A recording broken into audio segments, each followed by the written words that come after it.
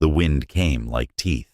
It gnawed the sage, chewed the dust, and spat it back in stinging sheets that rattled against the lava rock. The high desert looked still from far away, but up close, it moved like a living thing, breathing heat, exhaling grit. A hawk tilted in the white sky, no sound but its cry and the hiss of sand on glassy stone. Then came another sound, wood groaning, iron squealing, a wagon wheel biting a rut and cracking with a sharp, dry note. Mara Quinn crouched behind the broken wheel, with one hand on her satchel and the other on her lungs. She breathed slow, because fast breaths hurt in dust like this. She was 28, a midwife and a doctor, when a doctor could be anyone who said yes. Her hair was bound in a plain knot under a scarf, the color of river clay. Her eyes watered, but not from fear. The wind stole water from everyone out here. Still, fear rode close. It always did around the lava beds. "Down," said a voice from the rocks. The man did not shout. He did not need to. The land carried the single word to her ear, like a whisper under the teeth of the storm. He stood with a pride that did not bend to white wind or white paper. His name was Tosahni of the Modoc, a hunter and headman who could tell the hour by the shadow under a hawk's wing. He had 2 long scars along his forearm, pale as riverfish, and a string of bone and blue shell at his throat. He had once brought his injured nephew to Mara by night. She had cut out fever and stitched the boy with care. She had saved him. Tosahni had not forgotten. Cliff 1 came fast. The ground under Mara shifted with a low, wet sigh. It was not mud. It was ash that had been rain once, packed thin over a pocket of air. Her boots sank, and the ash closed like a hand. She froze as the wheel behind her slid an inch, and the wagon bed groaned again, heavy with barrels, and a crate with a sheriff's stamp burned into it, the mark still sweet with the smell of old sap. Cliff 2 flashed in the corner of her eye. A rider stood on the rim, wind cutting his duster into a flag. He did not bring the law. He brought a smile that liked to watch things break. That was Silas Bragg, foreman for a ranch syndicate that had fingers in water rights from Tool Lake to the dry cuts that touched Oregon. He carried a rifle with a brass plate polished bright. He liked shine. He also liked papers. Papers made theft feel like business. The glint that reached Mara through dust was not sunlight on metal. It was the idea that he had her cornered with a deed she had never signed. Cliff 3 did not show itself. It spoke.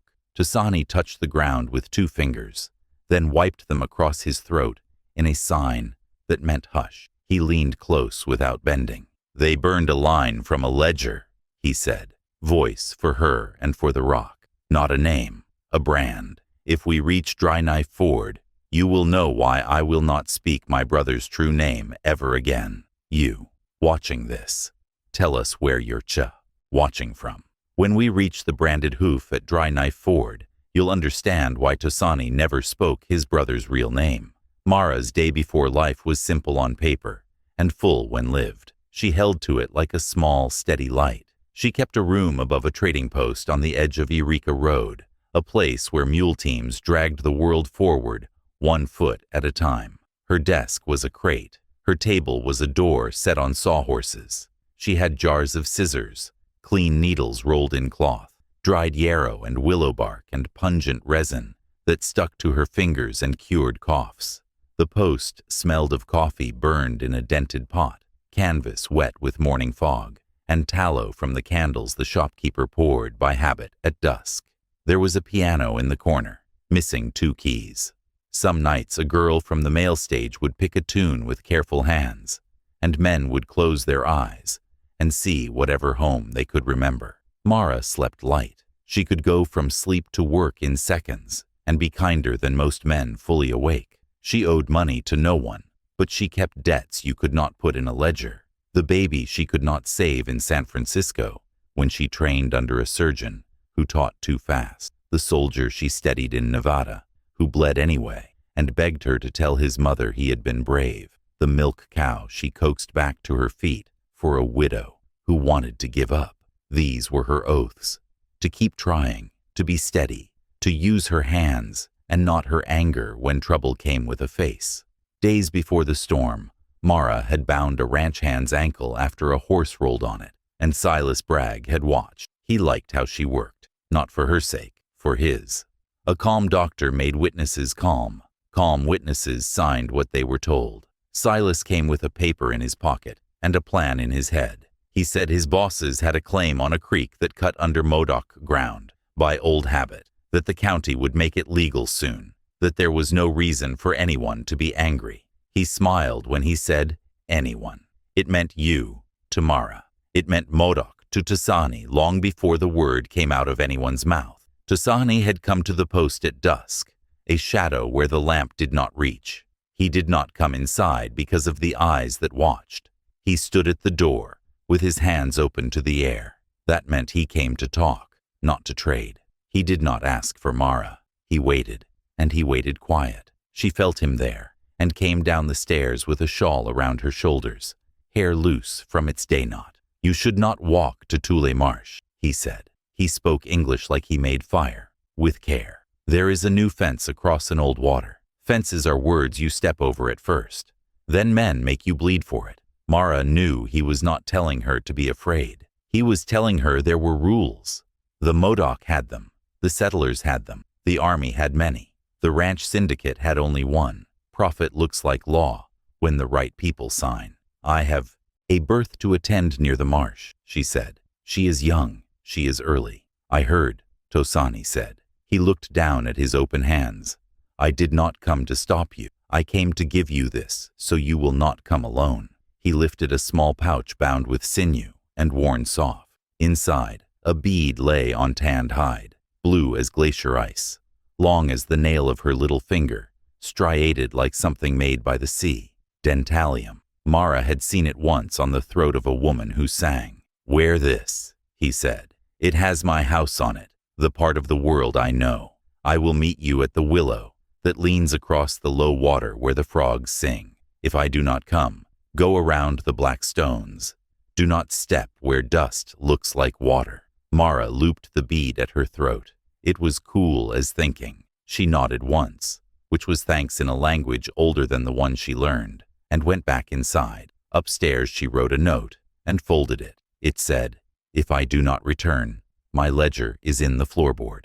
Burn the page with the calf brand. She did not think she would need that line. She wrote it anyway, and felt the tip-tick of her own fuse. Morning came with a sky like chalk. The woman in labor did not make it to the low water. A neighbor hitched his team and fetched Mara and her supplies to a homestead thrown together from sage, driftwood, and stubborn hope. The labor was hard. Mara worked with her head and her hands. No panic in either. At noon, a boy wailed at the edge of a wind that wanted to shut every sound. Mara swaddled him tight and set him skin to skin on his mother's chest. The father cried without shame and laughed like a bark broke free. Mara stayed until the mother slept. She drank black coffee with grit at the bottom and took her pay in flour, dried apples, and the promise of a future roast. Then she walked out into a day that had sharpened. There was a rider in the ridge cut where a mule trail met the road. Silas Bragg waited with his brass plate rifle and that smile that could fix anything into a story that served him. Two of his men flanked him. They wore the syndicate brand on their vests, a split hoof mark like a V with teeth. Mara saw the teeth first because she was thinking of jaws and labor. Then she saw the angle, and something in her mind made a small, cold sound. The hoof was wrong.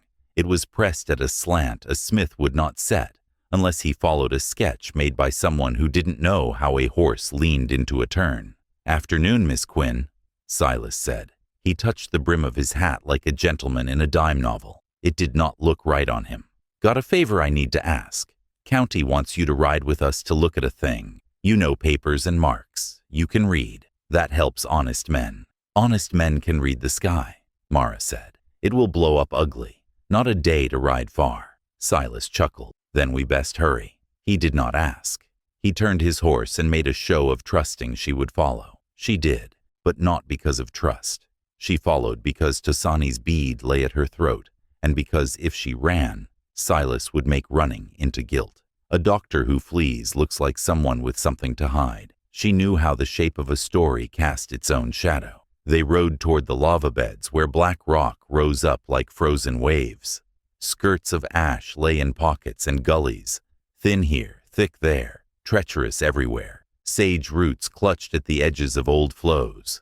Rabbits sat and vanished. A coyote trotted behind them for a time, and then peeled away to where the land made more sense. Sun burned the world white. It made the obsidian flash like broken mirrors. Mara watched the flashes as if they were signals. Tosachni would have read them. She read bodies. Silas sat easy. The men at his sides watched her like a hawk she might become if they looked away. At the first rise above a dry creek, the wind found them and bit. The horses lowered their heads and took it. The men pulled bandanas up. Mara wrapped her scarf higher and kept her eyes narrow slits. They dropped into a shallow basin with a floor of ash. The horses' legs whispered. Silas raised a hand, and the group halted. He pointed down into the basin. There, he said. That's the thing needs a reading. Tracks. Not fresh, but laid since last dust. Not deer, not elk. Horses, 3 sets. One with a split mark burned into the hoof iron. The mark matched the syndicate brand, but it did not sit square in the ash where a horse would put weight. The angle bit wrong. Looks like our mark, Silas said. Looks like we got rustlers going where they're not welcome. They drove stock over ground that's not theirs. Toward Tule water we hold on paper, thanks to the good county clerk. Mara knelt. She wished for Tosani's eyes, but used her own. The ash held more than he wanted her to see. The hoof with the brand, dug deep at the toe in 3 steps and shallow in the next 5. A horse that stumbles or is lame does that. But this pattern told another story. It had been stomped in after the pass with a boot held in a hand and a shoe with a mark pressed where a horse would not press it. The depth was wrong for weight. A man's arm is not 1,000 pounds. She stood and said nothing. Silas cocked his head like a dog who hears a whistle no one else does. His smile thinned. You got a thought, Miss Quinn? The wind's coming up, Mara said. We should not stand long in this bowl. They moved on. The basin poured them into a narrow cut with walls like teeth. The wind came harder now, trying to push them back like a door hung wrong. Silas forced his horse forward and took the cut left, because left went where he wanted, to a shallow crossing called Dry Knife Ford, marked by a willow that leaned like an old woman in prayer. Mara knew it. So did Tosani. He had told her to meet him there if she needed to cross at dusk when the frogs sang. Now, the frogs were quiet. She listened hard for another sound and heard none. No birds, no insects. The wind had eaten them. On the far side of the ford, Silas reined in. There, he said again, grinning full now. Proof. He pointed to a track where wet edge met dry. The branded hoof stood clear as a signature. Beside it, a print of a moccasin showed the diamond of woven tulle grass. Silas's men did not hide their pleasure. One even spat in triumph. Mara stepped where the ash would hold her weight and leaned low. The moccasin mark was careful. The man who made it set his foot down and lifted it up with the same weight. A scout's walk. The branded hoof beside it, though, sat, this time, too deep for the ground, too deep for the moisture near it. A man had stomped it and then poured water after to swell it. She fought the urge to say everything she knew. She said one small thing instead. Strange angle on that brand. A smith must have been in a hurry. Or a horse stepped wrong, Silas said. Easy as you please. He had a full hand to play and did not care if she saw one card. Miss Quinn, we're near the Modoc line. It would be wise to ride slow and careful. We don't want a misunderstanding with people who take misunderstanding bad. He raised his rifle like a man stretching, not aiming. The men at his sides did the same. The wind showed the corners of a canvas bundle tied to the back of Silas's saddle. It was square and stiff, papers inside. The willow creaked. A shape moved in its shadow. Not a ghost, not a trick of wind. A man. Tosani stepped into the open without rush, spear unthrown, rifle slung, hands empty. He wore no war paint. He wore the quiet most men compared to stone, because they had not learned the word for water that does not move on the surface and does not sleep underneath. He looked at Mara first. That was a rule. He looked at Silas next. That was another. Your fence cut our old water, he said, English still with care. We saw your mark. It is a liar's foot. Your brother's moccasin sits beside it, Silas said. He smiled like a door shutting softly. You know what that looks like. I know what it is not, Tosani said. He looked beyond them, to the basalt ridges. Go back the way you came. Can't, Silas said, easy. County sent me to follow the tracks and demand the return of the stolen cattle and damages besides. I have witnesses here to read the sign. He tipped his hat toward Mara, and one who knows her letters. That matters in court. Mara felt the bead at her throat, warm from her skin, and the heat of the day. She wanted to take it off, because Silas's eyes landed there. She wanted to tuck it inside her dress. She kept her hands where they were. The frogless quiet pushed between them, like a flat blade. I will walk you across and off our ground, Tosani said. You will take nothing that is not yours. Silas's smile shifted. It was now the kind a man used right, before he told a lie that could carry a town. He eased his horse forward until its nose hung over the water. Miss Quinn, he said, as if the last 30 seconds had not happened, do me a favor and check that print there. We want to be fair. Mara moved, because any move was safer than standing still. She crouched. She put 2 fingers down in the wet edge beside the print. The mud was cool and slick. She pressed and lifted. The suction popped soft. She leaned back to stand and saw it. A thread caught under the mud edge, thin and black. No part of any moccasin she had ever seen. She pinched it free. Horsehair, burned at one end. Someone had used an iron to melt it. She looked up into Tosani's eyes and saw in them not surprise, but recognition. He had known the trick already. He did not call it out. He saved the face of the man who thought himself clever. You're real quiet, Miss Quinn, Silas said. A little doctor might be nervous with all this talk and wind. I don't like lies, she said. Her voice carried without shout. The hoof mark is pressed and watered. The moccasin is true. I don't see stolen cattle. I see a fence where none should be. The 2 men at Silas's sides laughed, then stopped when he did not join them. He kept smiling, but the shine went off it like water off hot iron. I'm sorry to hear you say that, he said. Makes things hard. For you? Mara asked. For everyone, Silas said. He looked down at her throat.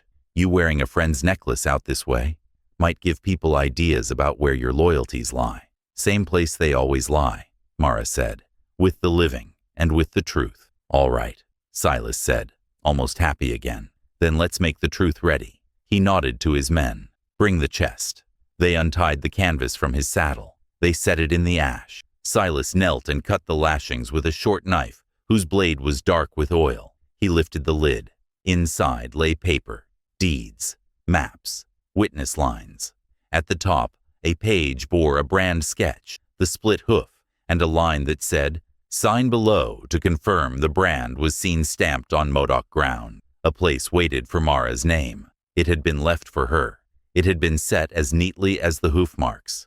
No, she said. You're a woman alone out here, Silas said, almost soft, like a man speaking to a child who will not step back from a precipice. You don't get to be stubborn if it costs other people peace. Tosani stepped forward 1 pace. She is not alone. Mara saw men where she had not seen them before. Modoc, 8, 10, more, standing where basalt cut the glare into bands, silent as the dark parts of a day, not with war paint, not shouting, just there. And she saw something else. A thin string pulled tight between what Silas wanted and what had to happen if the string broke. Walk back, Mara said to Silas. You can. There is no blood in the ground. Yet. For you, Silas said gently. There will be. The wind rose then, and with it, the smell of smoke. Not near, not far. It carried a memory of pine so faint you would think it came from a thought. Wildfire, or a set fire to the west, where a ranch hand would clear brush and make a mistake. The smell turned Mara's stomach, because she knew what ash on ash would do. It would hide things. It would make new lies old in an hour. She did not sign. She did not run. She stood and breathed slow through the scarf, because fast breaths hurt when the world was made of grit. The inciting wound came that night, The ranch syndicate took its fence down from one cut and put it up in another. The county clerk signed something in town and went home with a bottle. A boy who owed Silas money fired a shot across a field to scare a man and missed him, hit a calf, and made a story about Modoc raiders to keep from swinging. Soldiers stationed near Klamath warmed to the story because their pay rose with trouble. In town, men who liked to trade coffee and thoughts at the post grew cold to Mara. She found her door marked with rope, 3 cords hanging in a loop like a face with no eyes. Quiet warning that could be cut away with a knife, but not unseen after. She rode out anyway when she was called at midnight for a woman with fever, but someone had fixed her mule's tack. The cinch strap was rubbed with grit and glass, so it would cut through in motion. She caught it just as a stitch gave. That small break would have pitched her hard onto rock. She breathed slow. She fixed it. She went on. Promises started to pile up. The Modoc made theirs. We will not let the fence stand. The syndicate made theirs. We will not let the Modoc stand. Mara made one under her breath, in a room where no one heard. When I reach Dry Knife Ford again, she said to the bead at her throat, I will put a truth there the wind cannot carry. Days turned into teeth. The land bit and tested. Mara learned to walk on ash as if it were glass that would crack if she stamped. She learned the sound of a rattler under a rock and the whisper of a bobcat's pad. She listened for frogs at sunset. If they sang, the water was open. If they did not, someone waited with a plan. Tosachni met her where he said he would. He did not step into town. He did not ask her to step farther than she could go without breaking her standing among settlers who watched. He taught her 3 things, because 3 is a number you can carry in your head when wind shouts. 1. When the sky goes white at noon, look at the ground. Rock holds the only honest shade. 2. When you see beads in a line on a man's throat, learn the story of that line before you speak to him about anything else. 3. Do not say the name of a dead man at night. The world is thin then, and grief walks through thin places like smoke. The first trials came fast and close together. Mara made a crossing along a narrow shelf cut into a basalt shoulder while the wind shoved. Ash slid under her boots and tried to slide the boots with it. She planted each foot like she was driving a nail. A clatter below sent 5 wild horses racing, feral stock with old brands half grown out, tails like ropes, eyes white. Dust turned them into ghosts. They vanished into a low draw where a pit opened. Quicksand looked like water that had forgotten how to move. One horse went in up to its chest, eyes rolling. It screamed once, a human sound. It kicked and kicked. Mara found a deadfall trunk, levered it toward the horse, and with a rope and a prayer that was just breath shaped into hope, she got a loop around its chest and pulled until she thought her ribs would break. The horse came loose with a sucking moan. It staggered out, shivered, and blew mud from its nose. It did not thank her. It stood alive. That was enough. It cost her. The rope, soaked and ground in grit, burned 2 deep lines across her palms. She wrapped them in the hem of her skirt and rode on with the bead cold against her throat and blood damp underneath her bandages. The false wind came when she thought she had fooled Silas. She and Tasani set a line of stones to look like hoof prints veering toward the west ridge where the army wouldn't dare ride. Too sharp, too narrow, no way to set a skirmish line. They even pressed a fake brand into soft ash with a scrap of iron Tasani, shaped by the fire. It worked for 1 hour. Then smoke bloomed in the south and men rode around their trick like a river around a rock. Their canny path cut right toward Dry Knife Ford instead. Mara felt cold even in heat. Someone had seen through them. Someone had told. The human pressure ratcheted. Silas brought a witness. He brought the county clerk himself, a plump man whose hand shook when he raised a pen. He brought 2 soldiers, who looked past Mara like she was wind. He brought a boy, 14, who would not meet her eyes, and who rubbed his thumb over a rope mark on his wrist, like it had been there long enough to itch. "This boy saw Modoc hands on our stock," Silas said. "He can name them." The boy swallowed. "I saw," he said, voice stiff. He did not say what he saw. He said what had been put into his mouth. Mara watched his eyes slide to the bead at her throat and away, like he was afraid of a shape that did not fit any he knew. Silas held up a paper, and the soldiers stood easy, rifles across their bodies, making a wall you could not walk through without making a kind of history that stuck to your name. "We aren't here to fight," Silas said, looking straight at Tosani. "We're here to serve notice.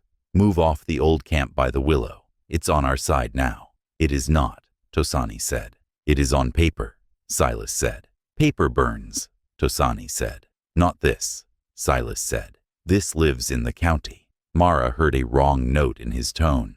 He had said it without thinking, like a boy who blurts. "This lives in the county." He meant, "The copy you might burn is not the only one." He meant, "We made two." He meant, "We burned something else to hide how we made this." She looked at the page and saw a thin line, erased, near the bottom, and rewritten. Something had been taken out. Not a name, a brand. The long, slow fire inside her ribcage, the one that made her steady when babies didn't breathe, and men lied, flared. "Don't," Silas said quietly, reading her eyes. "Stand with me on this, and the county will thank you. Stand against me, and the county will let the dirt thank you instead." "You talk of dirt like a man who thinks it sleeps," Mara said. It was the wrong answer if she wanted peace. It was the only answer if she wanted to keep her hands from cleaning the blood of her own cowardice. The no good choices decision came in an evening boiled pale by dust. Mara had a patient with fever near the marsh. If she went, she would pass the willow and cross near where the soldiers camped. If she didn't, a woman might die. She saddled the mule and tied her bandages tighter so they would not catch and remind her that she was made of skin, like anyone else. She slipped her ledger into the satchel. She tucked a folded page inside the ledger, the sketch of the wrong-angled brand she had drawn from memory, back in her room, with a note beside it. "This angle is not a blacksmith's hand." She rode at last light, when frogs should sing. They did not. The sky could not make stars yet, and the world held its breath. The willow at Dry Knife Ford did not creak. The wind had its teeth into the higher rocks, and had not bothered to bite lower. That should have made her easy. It did not. No wind meant she could hear men. She did not hear men. She felt them. They stepped from the rocks behind her like thoughts you try not to think. Silas. Two men with sack masks tied loose around their throats. The boy with the rope mark on his wrist stood farther back, eyes too wide, breath too loud. "You should have signed," Silas said. He did not raise his voice. He did not raise his rifle. "But all right, we'll sign something else." The men grabbed her as if it were a lesson they had taught before. One held her arms and twisted. Another took the satchel and spilled it. The ledger fell into ash. The bead swung and hit her collarbone with a tiny clear note. Silas's hand shot out and caught it. He held it between thumb and forefinger. He looked at it like it was a bug trapped in amber, and said, "A pretty thing for a woman who says she doesn't take sides."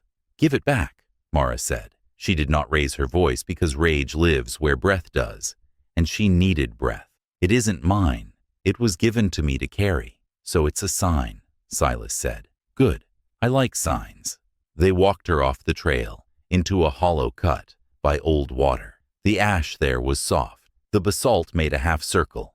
The moon had not yet risen. You could hide a thing here, and the wind would lay a blanket over it by morning. One of the masked men had a shovel. He did not look at her when he pushed it into the ash. He kept his eyes on the ground, as if looking anywhere else would make this task into a story he would have to carry. The first scoop made no sound. Ash doesn't clink. Mara fought then, but with thought. She kicked with the heel of her boot sideways into the knee of the man at her right. He grunted and let go with one hand. She tore that hand toward her and bit down on the web of thumb and forefinger. Skin broke. He cursed and hit her ear. The world rang on one side. She fell. They held her flat. Silas squatted so his eyes were level with hers.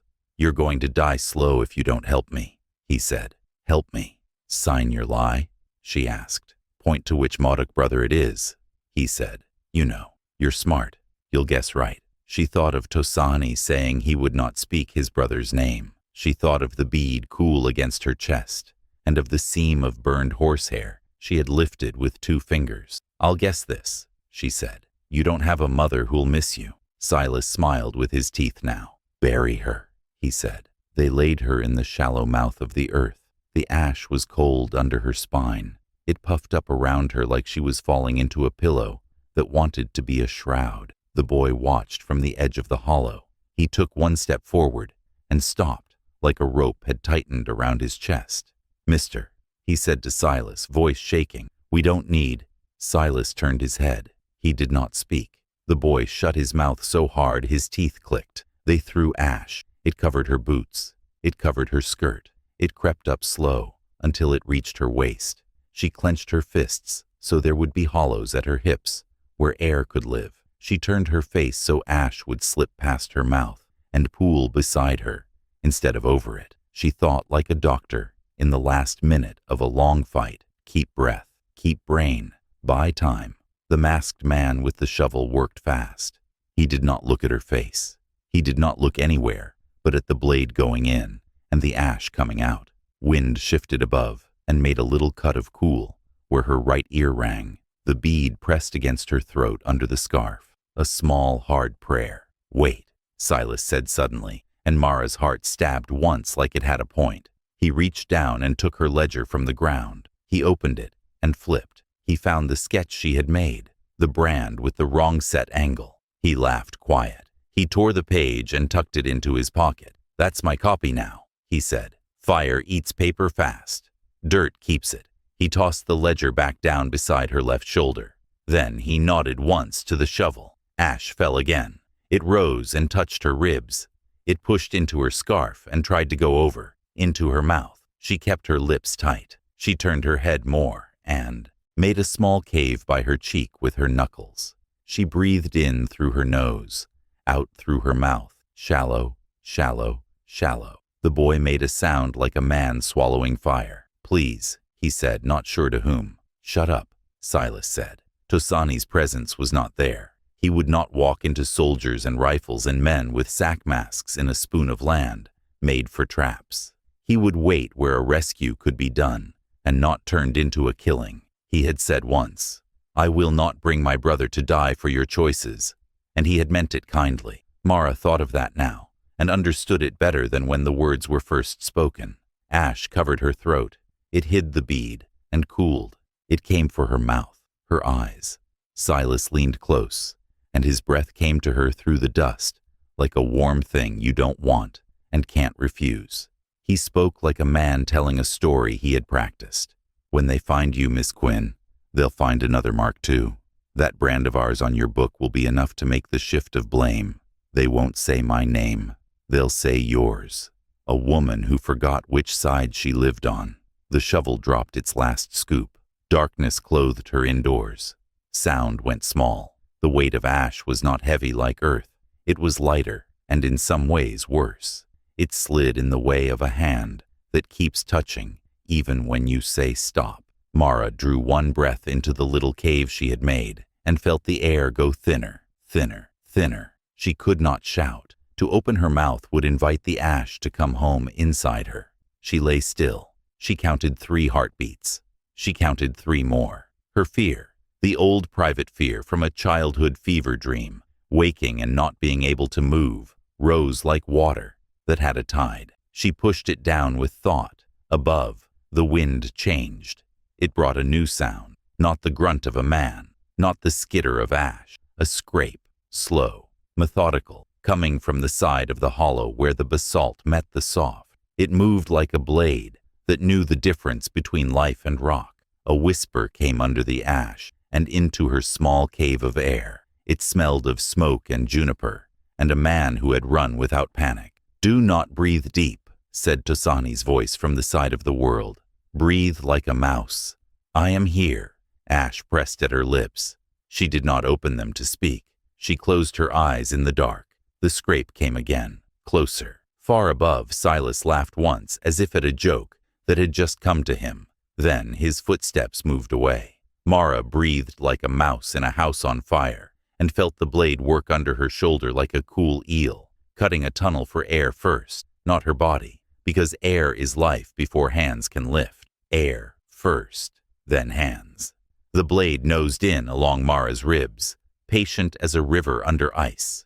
Tosachny did not dig down. He carved sideways, making a tunnel no wider than a wrist. Ash sloughed into the cut and cooled her skin. She breathed through the pencil-thin vent he made, shallow, counting 1, 2, 3 by the beat in her ear. Left shoulder. His whisper came, a leaf caught in a trickle. Turn slow. She rolled a finger's width. The blade kissed her forearm and then vanished. Another scrape. The tunnel widened to the shape of a hand. Fingers slid in and found her collarbone. A tug, a pause, another tug. The ash above her face caved like a small roof, giving to a quiet wind. Cool night air slipped in. She did not gasp. Mouse breath, mouse heart. Now, he said. Mara drove her heels down and pushed while Tosachny pulled. The ash released with a sigh, like a tired bed. She came up through it, gray from hairline to hem. The sky shocked her. Stars had erupted while she lay under dust. They were 1,000 bright nails, holding the night on. Slow, Tosachny said, one palm on her back. If you stand fast, the world will spin. She went to her knees, and then to her feet. The hollow lay quiet, as if nothing had ever happened there. The shovel lay tipped. A boot print overlapped another, then another. A clumsy scribble made by men who thought the land forgot. To one side, the boy's prints came close to the grave, and back away in short steps that showed a body stopping and starting under a rope no one could see. Your book, Tosachny said, lifting her ledger from the ash by 2 corners, so dust would fall free without closing it. He handed it to her. Your page is gone.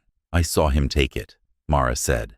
Her throat burned when she spoke. He will use it to say I agreed. He will use it to say whatever he needs. Tosachny said, come, we cannot sing here. He led her into black rock like a man stepping into a known house by a hidden door. The basalt opened under his hand along a seam, and they slid into a lava tube, cool, smelling of damp stone and smoke. The ceiling bent low, then rose. A small camp lived inside, a bed of twisted sage, a jar of water sealed with hide, a pile of tool mats rolled tight, a little fire banked down to red coals that pulsed like a sleeping heart.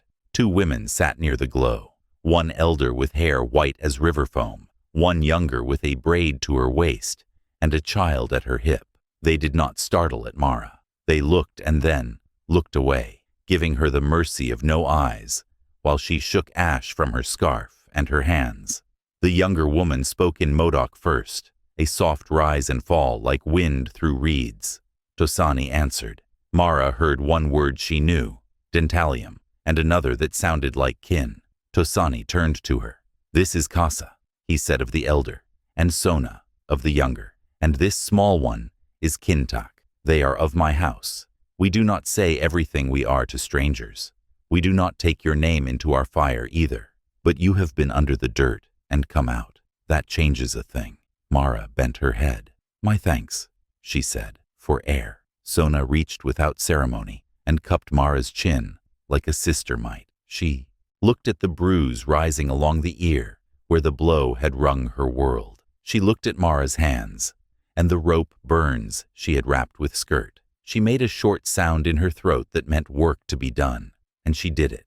No fuss, no talk. She warmed water with a hot stone, ground willow bark between her palms, and mixed it with a spit of resin so the paste would cling. She wrapped the burns with soft strips of tule mat narrowed to bandage. She handed Mara a small bundle. For later, she said in careful English. Change when sweat dries.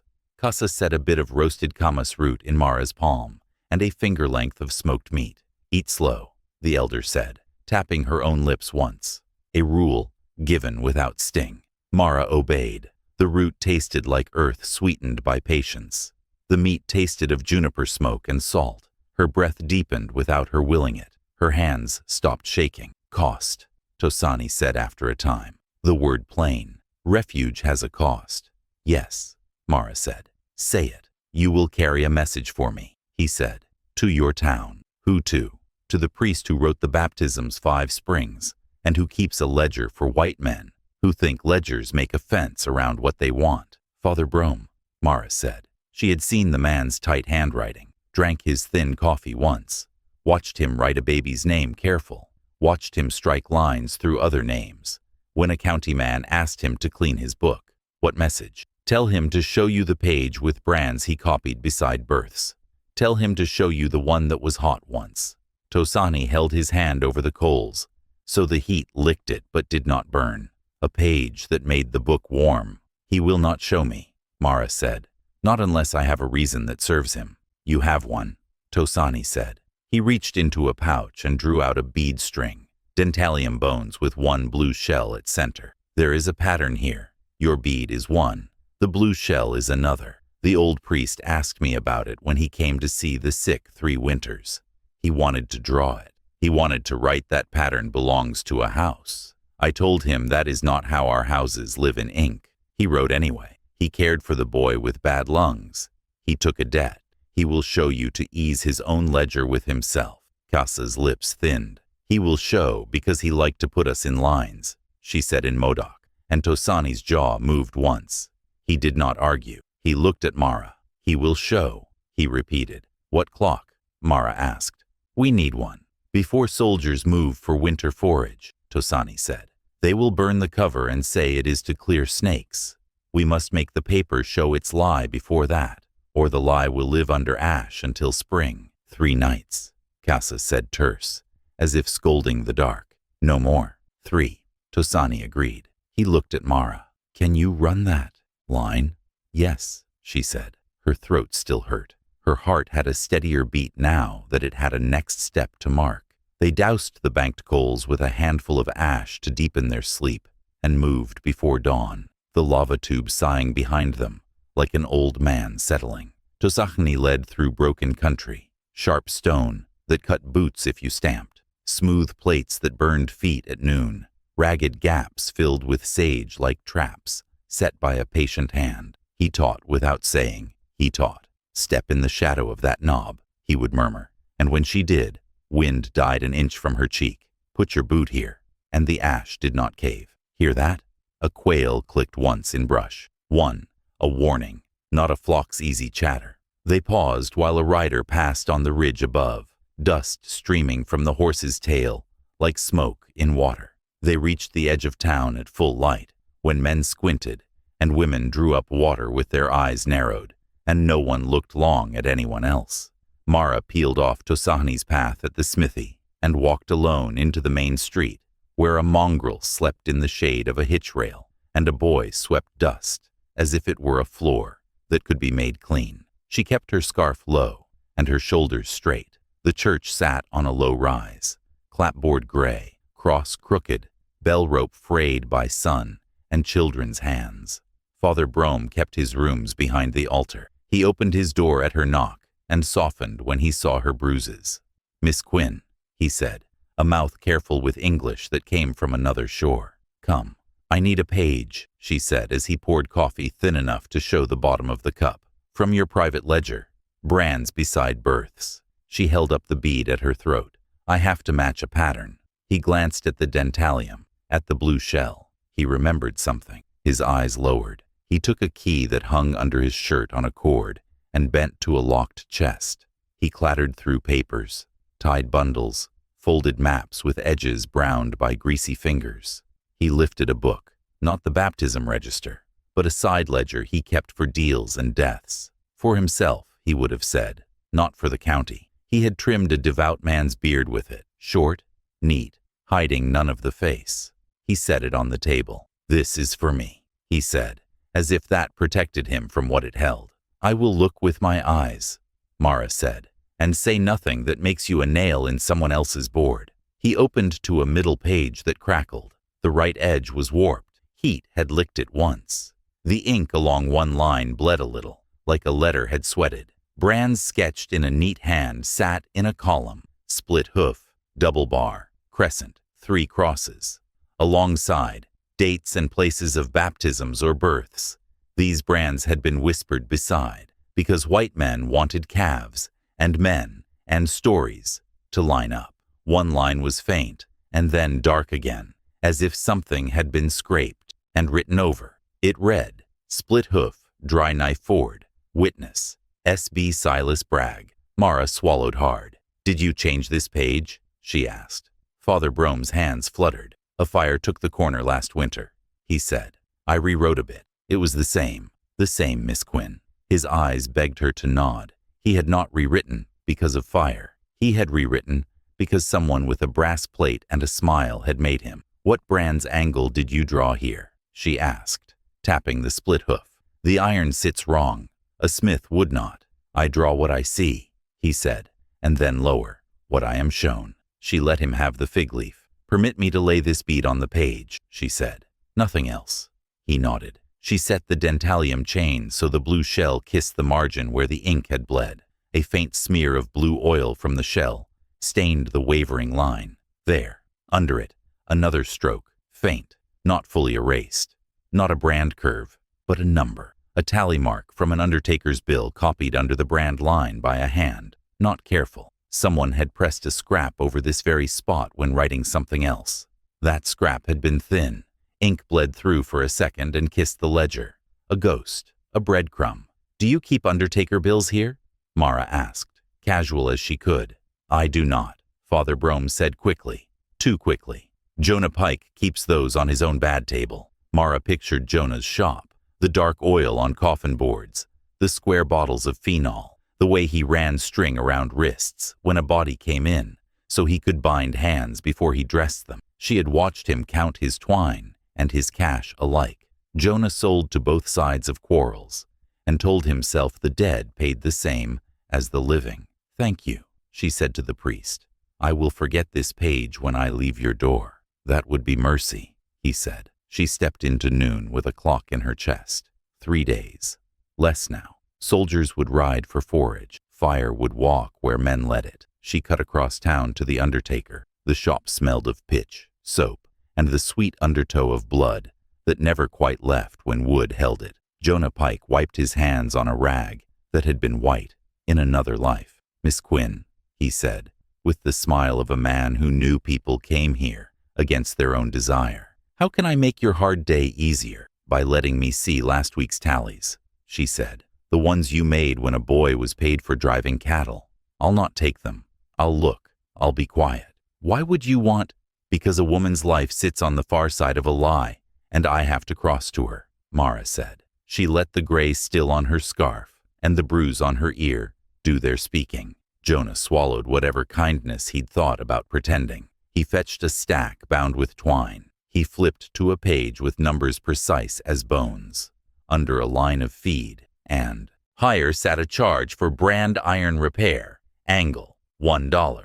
The date matched the day Pierce had smiled with his rifle cradled. Beside it, Jonah had scratched a note no one but him would care about. Returned iron to SB with thanks for prompt pay. Mara felt the ground under all these papers tilt. May I copy that note? She asked. Jonah hesitated. I do not like my shop in other people's stories. Then let me copy the date and the words angle and returned, and nothing more, she said. He chewed the inside of his cheek and then nodded. You've doctored half my town, and you don't gossip. She wrote quickly on a scrap. She tore from the flap of her ledger. Angle, returned, SB, same date as fence. She tucked it under the backboard. She paid Jonah in the only coin he needed, a promise to come when he had a body that puzzled him more than his string could wrap. On her way out, the bell over the door tinkled. The boy with the rope mark on his wrist slipped in, eyes on the floor. He froze when he saw her, then blurted, I didn't. He cut himself. His eyes jumped to the rafters as if words might hang there like tools and drop on him. Didn't what? Mara asked, gentle. Didn't see what I said, he whispered.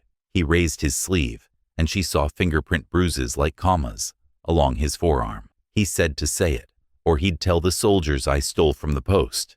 I don't even go in the post. I don't. I know, Mara said. She looked at Jonah. Is there a back door? Jonah nodded, jaw tight. He had seen the commas.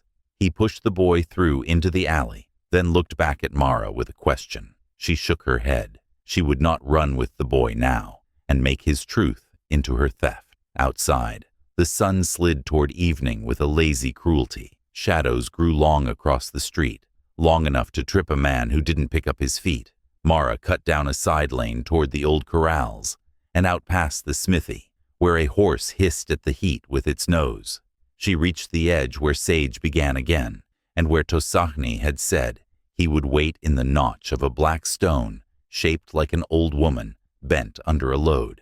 He stood there, as promised, Sona beside him, with Kintak on her hip. Sona's eyes scanned Mara's face and her hands, and then dropped to the ledger. "You got your paper," she said. "I got enough," Mara said. "Not all." She told them fast. The hot page, the ghost ink, Jonah's angle note, the boy, the bruises. Tosani listened, still as stone. "So," he said, "the brand was remade to tilt. The paper was made to match the tilt. The boy was made to speak, so the tilt would have a voice. And my page was taken," Mara said, "so they can make it say I agreed to the angle." Sona spat into the dust, not from disgust, but to give the ground a little water before the night took it. "What will you do?" "Put their three things together at the ford where they want their story to live," Mara said. "Make the ford speak back." Tosani's mouth flickered, not quite a smile. "We will set it there," he said.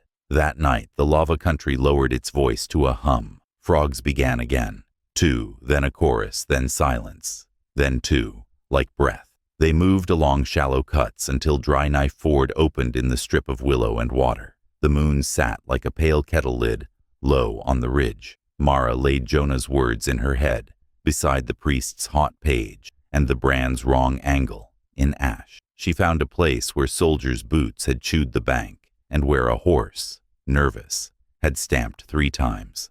She knelt and pressed her palm where the brand had been pressed on that first day. The ground there was packed, but not how a living hoof packs it. It had a telltale edge, sharp, then shallow. A man's hand. She scooped a thin cut of it into her palm and let it fall. It slid like sugar, not like sand. "Here," she said. "We'll pull it all into one knot. When the knot holds, we pull the right string." They worked until dawn. Tosani set a snare not for rabbits but for men, a circle of quiet footsteps leading to a place where Ash would tell the truth under a boot that thought it stepped on nothing. Sona hung 3 shells, blue, white, blue, in the willow, as a mark to eyes that knew. Mara hid behind a basalt tooth, with the ledger open on her lap to the blank where her page had been, and her scrap tucked under. At first light, the ford breathed soldiers. 2 walked in front, rifles at easy carry. Pierce came after, duster clean, brass plate winking. The county clerk rode like a bag of flour in a saddle. The boy trailed, face gray, eyes red, as if struck with smoke. Pierce saw the shells and laughed low. "Pretty," he said. He slid down and bent, like a man smelling a pie. "Miss Quinn," he called casual. "You like beads? Come see." Mara stood where he could see her. She did not move closer. "You still have my page?" she asked. "It has your name on it now." He lied without heat, because lying had become a thing he did as easily as breathing. "Shall we read it together?" "Read it to the water," Mara said, and she watched his eyes tick. A man surprised by a road turning where he thought it went straight. "Soldiers," he said, as if not hearing her. "Let's keep this tidy." He stepped into the ring Tosani had made, and the ash spoke under his boot, a little chuck, the sound a liar's foot makes when it finds a hollow, disguised as flat. He jerked back, cursing. "Trap," he snapped, and the soldiers raised rifles without thought and pointed them toward the willow where Sona had been. Sona was not there. She had slipped already along the black tooth and into scrub with Kintak asleep against her shoulder. "Stop," Mara said, holding up the ledger. "Read what you took. Read it, and then look at the angle you rented at Jonah Pike's." Pierce's eyes flared once. How did she know? Then cooled. "Arrest her," he said to the nearest soldier. "She's consorting with—" "Speak careful," Tosani said, stepping into light like a man stepping into his own doorway. 3 Modoc men slid with him from the notch, not war paint, not shouts. Rifles slung, hands free. "You are on a crossing. It has rules you have already broken." The river went silent, as if listening. Mara kept her voice level. "Jonah's book shows you fixed your iron and returned it on the same day you took the fence. The priest's page is hot where you burned a line and wrote your name. The brand at Dry Knife sits at an angle a smith would not make unless a man told him to. All that together is enough to make a judge cough. The judge will never see it, Pierce said, pleasant again. The judge will see your name, Miss Quinn. The judge will see soldiers who swear. The boy swallowed a sound. It came out anyway. Sir, he said, voice splintering. She didn't. Pierce slapped him without looking, a backhand that made the boy's head ring. The county clerk flinched and then composed his face as if he had ironed it from the inside. You keep hitting boys, you'll make men, Mara said soft, and for the first time that day, anger came, not as heat, but as cold. Lieutenant, Pierce said, ignoring her, do your duty. The soldier nearest Mara stepped, rifle half raised. His boot found the circle Tosani had set and slid. He windmilled, crashed to one knee, and his barrel skated into the water and hissed. Steam lifted. A ghost. His partner hauled him up, swearing. The lieutenant reddened. Enough, he said. He leveled his rifle at Tosani now. I'll count. Don't, Mara said to him. If you start numbers, they won't stop where you want. 3, the lieutenant said. A man chained to a count he didn't choose. 2, a child cried then. Not Kintak. Another, thin and far. It came from upstream where willows knitted tighter. Sona's head snapped toward it, like a deer hearing a twig. Not ours, she whispered, and panic ran under her skin, like a small animal. Pierce's eyes cut there too. Surprise flickered. Then satisfaction warmed him. Well now, he said, we have guests. 2 ranch hands stumbled into the ford from the thicket, with a small girl between them, hair snarled, hands bound with rawhide, dress ripped to the knee. She looked at Mara, and then at Tosani, and then at the river, like it had a door she could dive through. Mara felt the world pull 2 directions at once. Proof on one side, a child on the other. The clock in her chest punched. Who is she? She asked. Collateral, Pierce said, friendly as a man offering a piece of pie. A neighbor's kid from the edge of the marsh. She wandered. Things wander. He nodded at the soldiers. Bring her.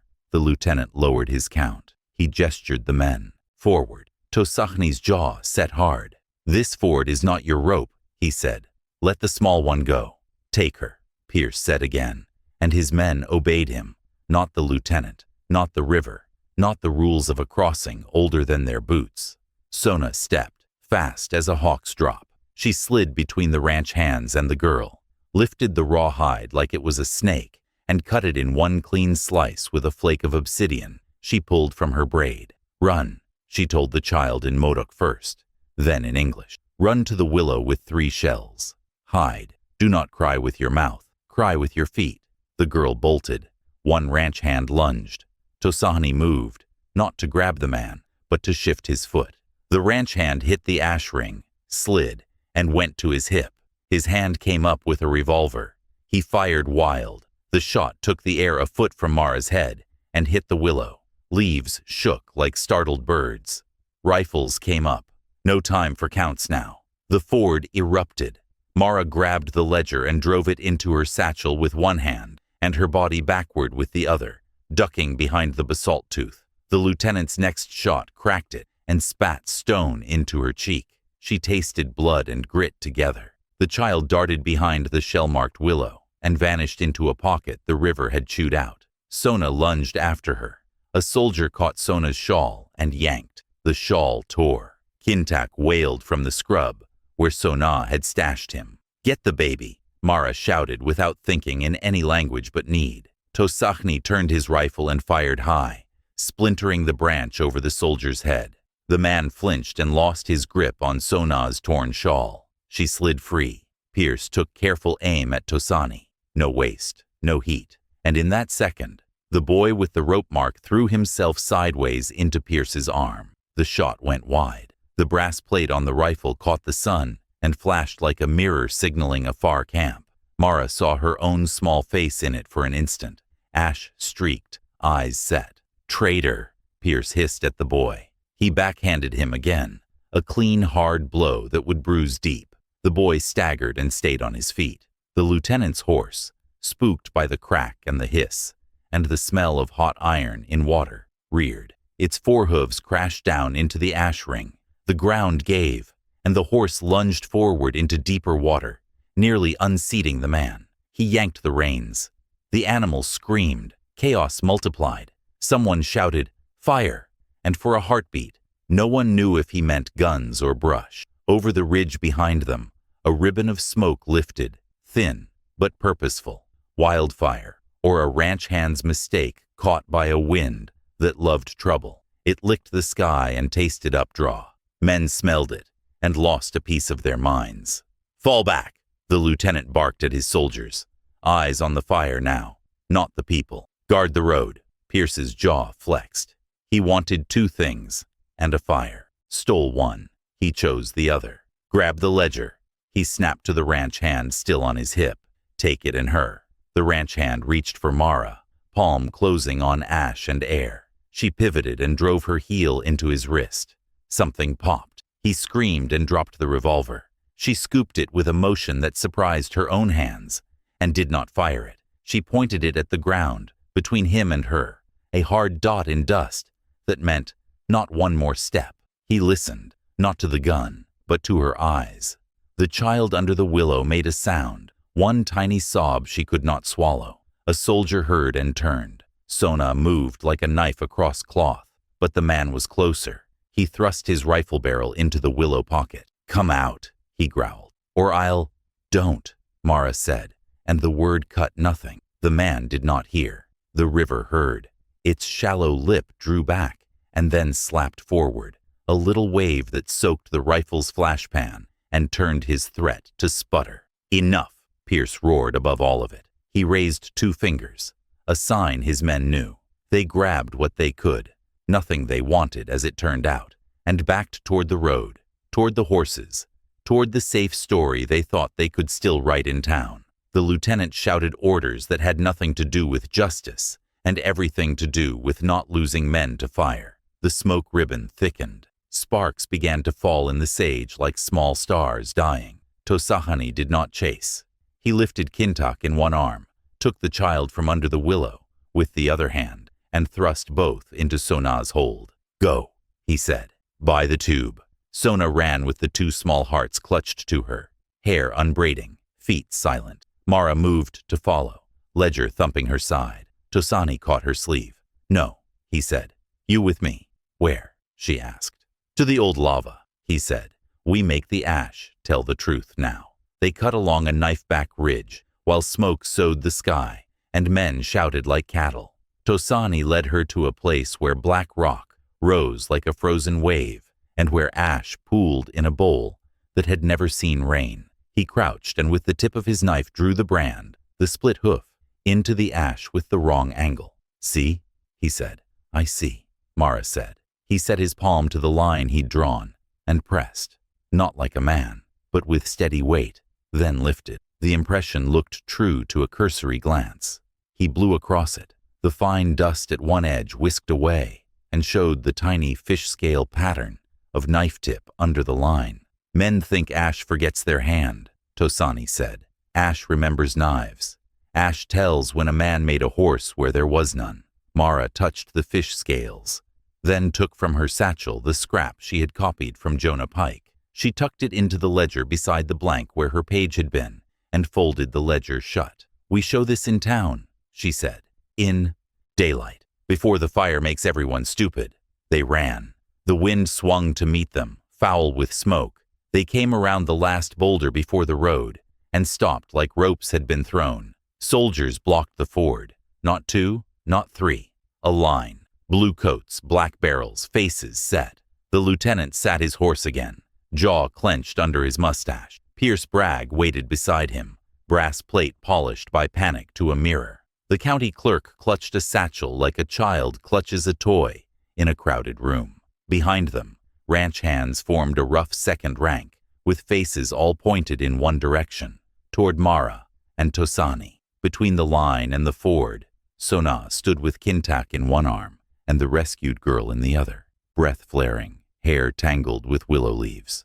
Two soldiers had stepped between her and the lava tube's mouth. One had the torn piece of her shawl in his fist, as if owning it meant owning her. "Put the child down," the lieutenant ordered Sona. "Walk away." Sona did not move. Kintak cried once, and then buried his face against her neck. The rescued girl shook like a rabbit in a snare, and then went very still. The stillness animals learn.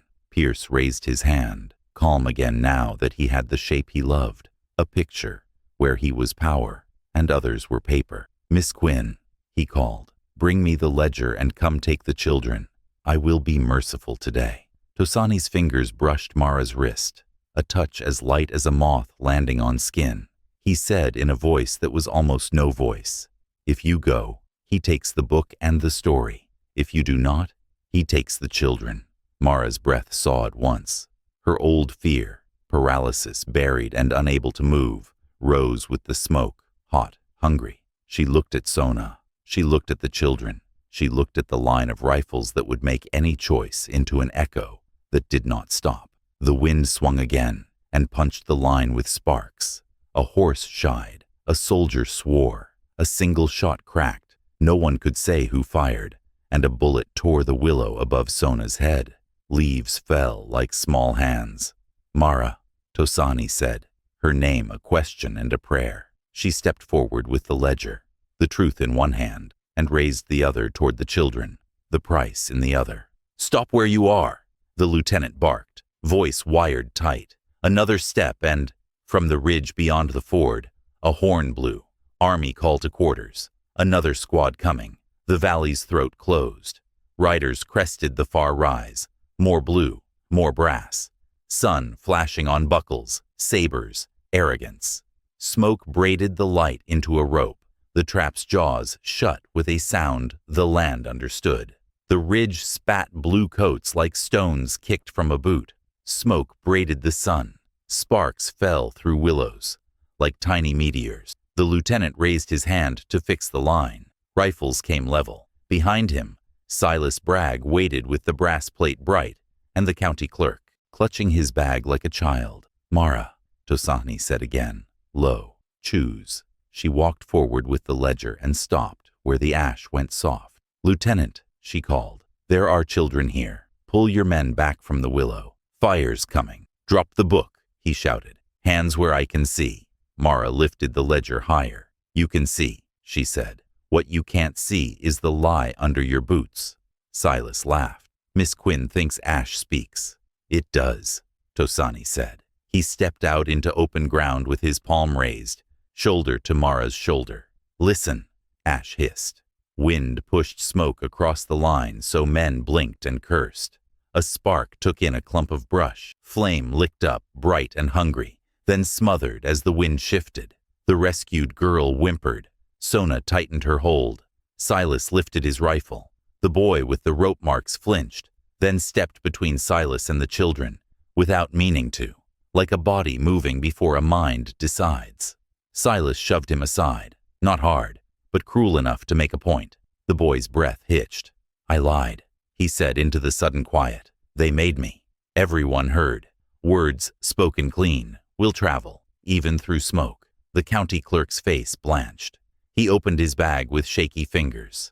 Papers skittered, one catching and fluttering. A duplicate deed, a brand record, a witness line. The clerk tried to restuff them, but the wind took one sheet and slapped it into the ford. Water curled it like a leaf. "Enough," Pierce Bragg said, voice like a lid. His patience had cooled back into something smooth. "Arrest her. Shoot him if he moves." He meant Tosani. Another voice cut him, old, high, with iron under it. "Silas." Casa walked out of the smoke as if the fire had decided not to touch her. She had stripped her white hair back tight. In her hands, she held a small bundle wrapped in tanned hide and tied with a blue shell. She stepped past the rifle barrels until one brushed her arm. She did not flinch. She faced Silas and said again, "Silas." He went still, not with fear, but with something close to it. He did not lower his rifle. He did not raise it. "Old woman," he said, "you don't say my name." "I say the first one," Casa said, and something like a winter wind ran through the Modoc men behind Tosahani. "I say the name your mother gave you when you drank first water." She turned her face to the soldiers so the words would not be a private cut. She spoke in Modoc, then in English. Skellig. Silas blinked. For a heartbeat, he was a boy again. Not a foreman in a clean duster. Not a man with a polished plate. The name hit him in the chest, like a thrown stone.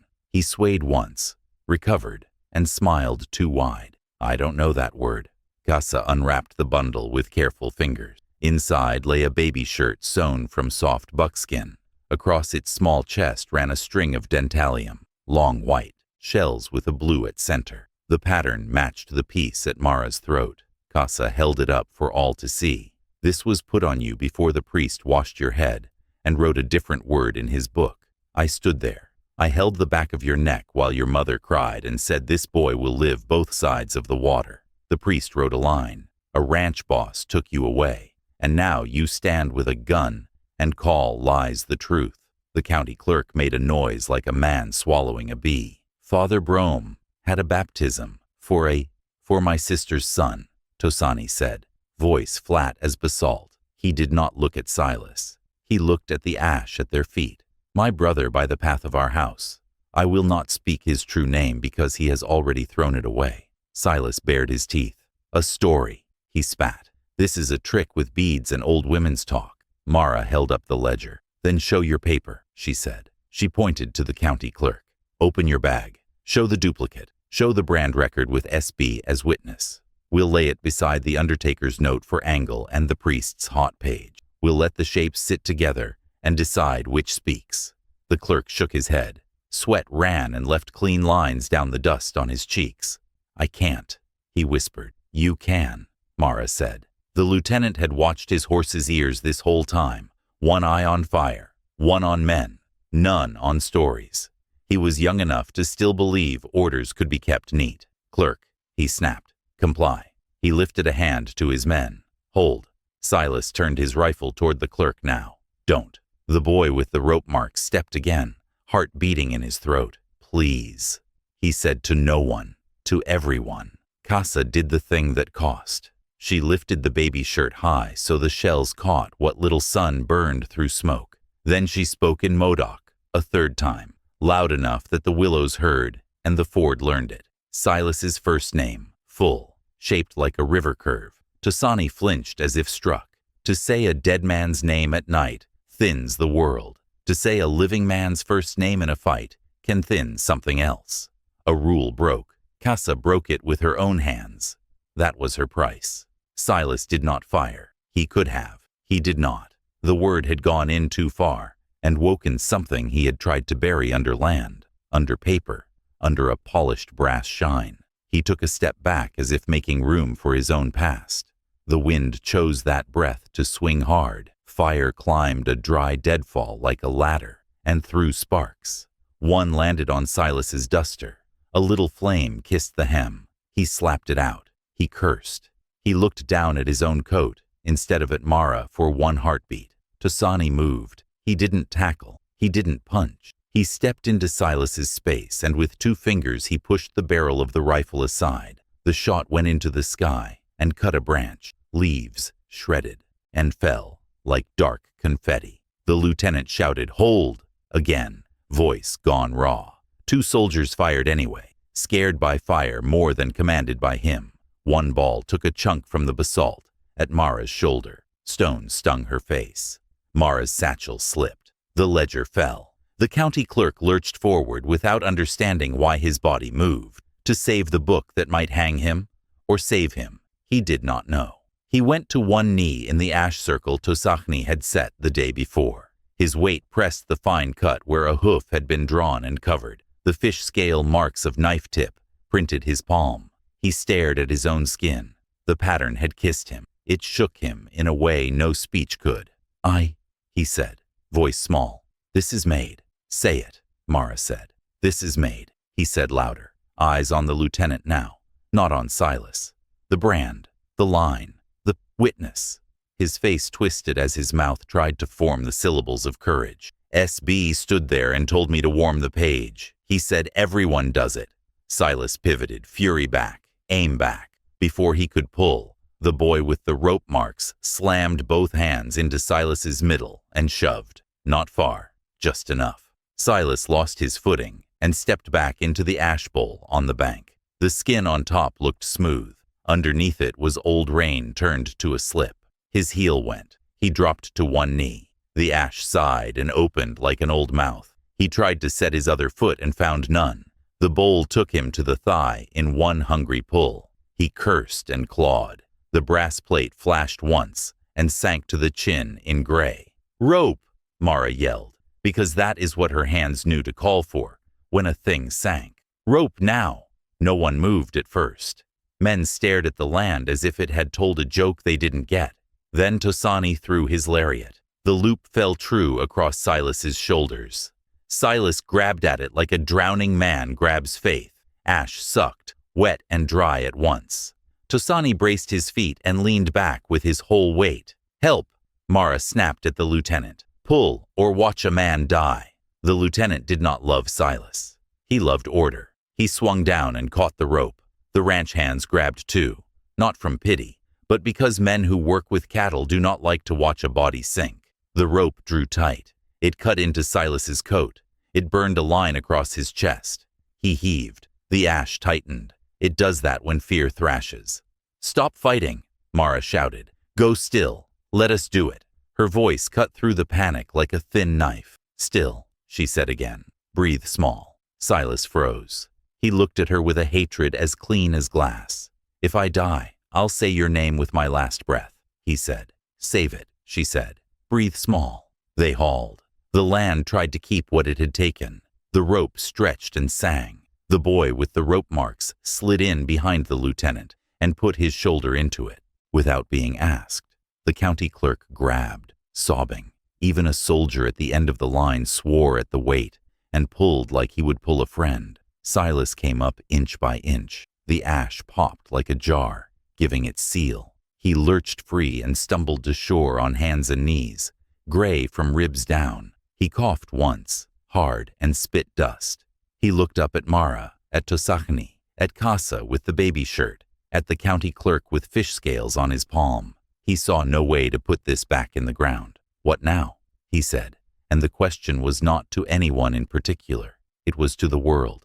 "Now," Mara said, breath ragged. "You stop." Fire chewed the edge of the road. The lieutenant barked fresh orders, real ones this time. "Form a line. Clear the brush at the bend. Wet the backs of the animals. Move." Soldiers moved. Ranch hands ran where flame told them to. A bucket line formed with canteens and hats and curses. For 10 heartbeats, no gun mattered more than water. In that gap, Tosani took the baby shirt from Casa and held it out to Silas. "Take it," he said. The word had no sweetness. It had no poison. It was a simple path laid at a man's feet. Your mother stitched that with small hands when she still had breath enough to sing. Silas did not lift his hand. He looked at the shirt like a rattler. "I don't know her." "You knew once," Casa said. "We all did." Silas flicked his gaze to the county clerk. The clerk hugged his bag to his chest like a boy. He shook his head, and then nodded, and then shook again. I will amend," he said to Mara, to the lieutenant, to himself. "I will write. I will sign. I will say the angle was wrong. It won't change the fences," Silas said, almost gently now, as if explaining weather. "Men like me build them. Men like you bless them. And he jerked his chin at Mara, "patches the cuts. That is the order of it." "Not today," Mara said. Sona came out of the scrub with Kintak on her hip, and the rescued girl clutching her skirt. The girl had stopped shaking. She looked at Silas with a shut face a child wears when she understands too much. "Take them," the lieutenant said to Mara, voice hoarse and not unkind. "Get them clear. We'll hold the bend." Mara nodded. She handed the ledger to the county clerk and laid one finger on the blank where her page had been. "You fill that with a line that is true," she said, "and you carry your own name under it." He swallowed. "I will." They ran. The lava tube took them in like a throat. Cool air brushed sweat and turned it cold. Inside, Casa sat, breath even now that the cost had been paid. She touched Mara's wrist once. "A blessing or a check." "You will shake later," she said. "Not now." They listened to men fight a fire with hands too small for a thing that big. Flames crackled, wind roared, and then weakened, and then held. After a long hour, sounds thinned to curses and orders, and then to low voices. Smoke drifted into the tube, old and tired. It smelled like a camp that had eaten too much. When they came out at dusk, the willow stood, blackened at edges, leaves singed, still breathing. The ford held. Soldiers sat with boots off, steaming their socks over small coals. The lieutenant wrote fast at a crate, his jaw working. The county clerk stood beside him, fingers stained with ink and ash. He had written something and signed it. His hand shook. He did not hide the shake. He held the paper like a man holds a confession that will change the way he sleeps. Silas was not there. Where? Mara asked, throat tight. The lieutenant glanced toward the ridge. He walked, he said. No horse, no men. The boy with the marks followed him a ways and came back. Said the man told him to forget his face. Tosani's eyes did not leave the dark line where rock met sky. He said nothing.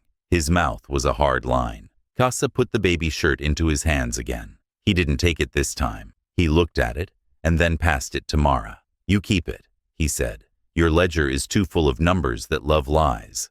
Put one true thing in it. Mara folded the little shirt and slipped it into her satchel. It made a soft shape against the rough board of the book. Sona leaned close, eyes on the rescued girl. Whose child? She asked the heir. Ranch neighbor, Mara said. She wandered, yes. But men helped her wander. She looked at the lieutenant. She goes home. You do that. He nodded. I do that, he said. Night fell with relief and a kind of grief. Stars came back. The wind lost its teeth and softened to a breath over the ford. Men lay down in coats and did not sleep. Women fed small mouths and told them the loud day was over. Kintuck sucked his thumb and then, deciding he had earned it, sucked too. Mara sat on the basalt tooth and opened her ledger. She did not write the day as numbers. She drew 3 things small in the margin: a split hoof tilted wrong, 3 shells in a willow, a thread of fish scales kissed into a man's palm. She wrote 1 sentence under them. The land remembers the hand. Then she closed the book. At dawn, the next day, Father Brome came to the ford with his hat in his hands. He looked older. He smelled of candle smoke and old paper. He found Casa and bowed. Not deep, but true. I wrote what I should not, and I hid what I should not, he said. I will add a line that says, I did. Casa did not answer. She looked at the water. He took the silence as his work and went to the county clerk with his key on a cord. Tosahni stood with Mara under the willow, where Sona had hung the shells. He touched the blue one with the back of his finger. I will not say his name, he said. Even now. You don't have to, Mara said. He looked at her. You pulled a man you hate from the dirt. I pulled him because I can live with that, she said. I cannot live with letting the land do one more man's killing for him. He nodded once. That is the right kind of hard. What will you do? She asked. Keep my house, he said. Teach Kintak not to make the fire angry. Show the girl where to gather roots without getting her feet bit. Speak at council, not shout. Those are my tools. And me? She asked, almost smiling. You will keep putting your hands where the hurt is, he said. You will make promises the wind cannot steal. You will go to town and see that a man writes the line he owes. She did. She walked beside the county clerk as he carried the amended record like wet glass. He set it on the post counter and read what he had written to any man who would listen. The iron had been altered. The witness had ordered the page warmed. The brand at Dry Knife was not laid by a horse. He broke his own voice speaking. He did not stop. Some men believed. Some pretended not to. Some said, a fence is a fence. Some went quiet at the word Skelak without knowing why. Papers moved. Not enough. They never move enough. But a few shifted weight. It was something. Silas went out past the last sage and did not come back. A cowhand said he saw a man walking north along the Black Rock 2 days later, coat torn, brass plate gone, a baby's shirt tied at his belt. He had no hat. He had a look like a man who heard his first name every time the wind talked. Maybe it was true. Maybe it was the kind of story towns make when they need one. Mara did not chase either way. Winter came early off the high country. The willows went gold, then bare. The river slowed, clear as glass. One morning, the ford wore a thin lid of ice with fish moving under, quick silver jerks. Mara crossed slow and set a correct brand in ash on the far bank, heel making the round true, toe weight right, just to feel the honesty of how a hoof prints. Then she smoothed it with her palm, so no one would make a lie from it later. Kassa sang a low winter song by the fire for a boy whose lungs had always worked too hard. Sona taught the rescued girl to braid tule and not knot it. Tusani walked a line along the old fence and taught Kintak how to listen for snakes asleep under frost. Mara kept her bead at her throat. Some nights she took out the baby shirt and laid it on her lap and held the shells and thought about names and angles and the way a page can be warmed and a heart can be cooled and how both can be changed if a hand insists. You, watching, tell us where you're watching from. If you want more frontier cases where the land tries to eat the truth and people teach it to spit, stay with us. Next time we'll ride east to a river town where a ferryman counted the wrong souls and a ledger found the right ones. The wind died over a clean brand drawn once, then wiped. The blue shell warmed in a woman's palm. The river took a single lying footprint and smoothed it to glass.